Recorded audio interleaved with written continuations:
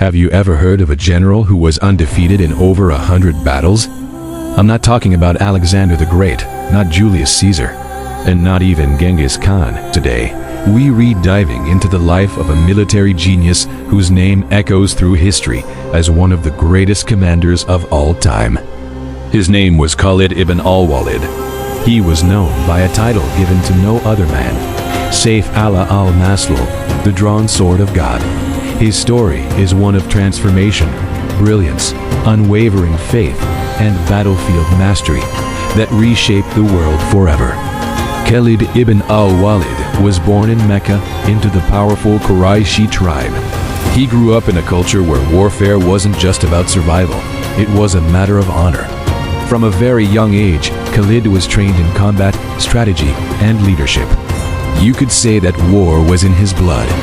When the message of Islam began to spread, Khalid stood firmly against it. In fact, he became one of the most formidable enemies of the early Muslims. It was at the Battle of Uhud that Khalid's military genius first revealed itself to the world.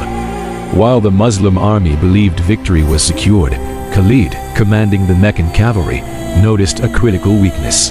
With a swift, decisive maneuver, he attacked the Muslim rear, turning what looked like a certain victory into a devastating defeat. It was a move so brilliant that military historians still study it to this day.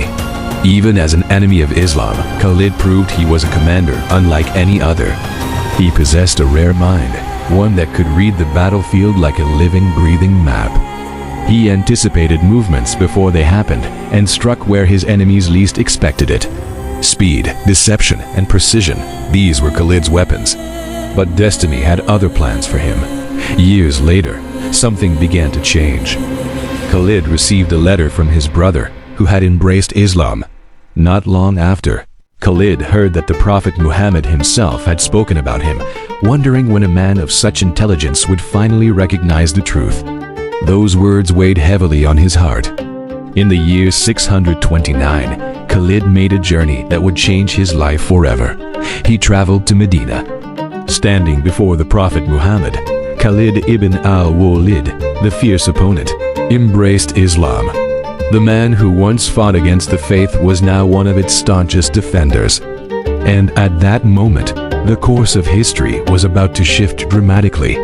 Almost immediately, Khalid faced his first test as a Muslim commander at the Battle of Uhud. 3,000 Muslim soldiers stood against a massive Byzantine army, possibly numbering over 100,000 strong. It was a mission that seemed utterly hopeless. One by one, the appointed Muslim commanders fell in battle. The army was on the very edge of total destruction. In the midst of this chaos, leadership fell to Khalid ibn al-Walid. He didn't chase a glorious but impossible victory. He chose survival. Overnight, Khalid completely reorganized the army. He switched the positions of the right and left wings, moved the rear guard to the front, and created the illusion of fresh reinforcements arriving. At dawn, the Byzantine forces saw new faces and banners and dust clouds rising from behind the Muslim army. They hesitated, believing a huge relief force had arrived. Khalid seized that moment of uncertainty and executed a disciplined, strategic withdrawal, saving nearly the entire Muslim force from annihilation. Against impossible odds, Khalid had saved the army. When the Prophet Muhammad heard of this incredible feat, he gave Khalid his eternal title, Sayf Allah, the Sword of God. After the passing of the Prophet, chaos began to spread across Arabia. Many tribes rebelled, and false prophets emerged. The very unity of the young Islamic State was under threat. The new Caliph, Abu Bakr, turned to his strongest general, Khalid ibn al-Walid. His most dangerous enemy was Musaylima, known as the Liar, who had amassed the largest army Arabia had ever seen. The two forces met at the Battle of Yamama. It was one of the bloodiest and most brutal battles in Islamic history. At first, the Muslim forces struggled against the sheer numbers. Seeing this, Khalid reorganized his army along tribal lines, igniting a sense of competition and courage among the men. He rode to the front lines, leading the charge personally. The tide of the battle turned. Musaylima's army retreated into a large, fortified garden, which later became known as the Garden of Death. The walls were too high to scale. In a moment of extraordinary bravery, a soldier named al-Bara ibn Malik asked his comrades to throw him over the wall. He landed among the enemy, fought alone to open the gates from the inside, and the Muslim army stormed in. Musaylima was killed, and with his defeat, Arabia was secured. With Arabia united, Caliph Abu Bakr turned his attention outward, toward the two superpowers of the era, the Persian Sassanid Empire and the Byzantine Roman Empire. Khalid was sent east into Persian territory. What followed was nothing short of legendary. In just over a year, Khalid defeated multiple Persian armies, all of which were significantly larger than his own. At the Battle of Wallaha, Khalid hid his elite cavalry behind two small hills. When the Persians attacked the center, he unleashed a perfect double envelopment, a pincer movement that completely crushed them. It was a textbook maneuver worthy of Hannibal. City after city fell. Khalid stood on the very edge of the Persian capital when a new, urgent call arrived. The Muslim armies fighting in Syria were struggling against the Byzantines. Once again, Caliph Abu Bakr called upon Khalid to reach Syria as quickly as possible. Khalid chose an impossible route, a direct march straight through the unforgiving Syrian desert, a feat no army had ever attempted. With limited water supplies, Khalid used camels as living reservoirs for his men. For 5 brutal days, his army marched through a landscape that was essentially death itself. They emerged from the desert directly behind the Byzantine lines, completely catching them by surprise. The psychological impact on the enemy was devastating. Khalid united the scattered Muslim forces and prepared for the decisive battle that would change the fate of the region. That battle was Yarmouk. The Byzantines outnumbered the Muslims by at least 3-1. For 6 grueling days, the battle raged. On the 4th day, known as the Day of Lost Eyes, Byzantine archers unleashed a storm of arrows that blinded many Muslim soldiers.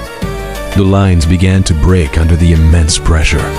It was then that Khalid revealed his masterpiece. He unleashed his elite cavalry, the Mobile Guard. They were a rapid response force that raced across the entire battlefield, reinforcing weak points, plugging gaps, and launching relentless counterattacks wherever they were needed most. On the final day of the battle, Khalid executed his brilliant plan. He drove away the powerful Byzantine cavalry, then used his own to trap the massive enemy infantry against a deep ravine. It was total annihilation. The Battle of Yarmouk shattered Byzantine power in the region forever. Syria was now open. Shortly after this, his greatest victory, Khalid received a letter.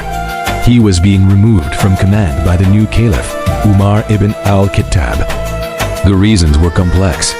Some historians suggest that the caliph feared people were beginning to attribute victory to Khalid's genius instead of to God. Faced with this order, Khalid did not protest. He did not rebel. He did not complain. He calmly handed over command and continued to fight on the front lines, but now as an ordinary soldier, the greatest general of his time, serving without title or rank, under the command of men he once led. Khalid ibn al-Walid later died peacefully in his home in Homs, Syria. I have sought martyrdom in every battle I fought, yet here I am, dying in my bed like an old camel. He had never lost a single battle, not one. His legacy was not just one of military conquest, but one of profound faith, humility, and unwavering devotion to his cause. Khalid ibn al-Walid was truly, and in every sense of the word, the sword of God. Thank you for watching. If you enjoyed this story of one of history's most remarkable figures, please like the video, subscribe to the channel, and let me know in the comments which historical commander you'd like to see us cover next. We'll see you in the next video.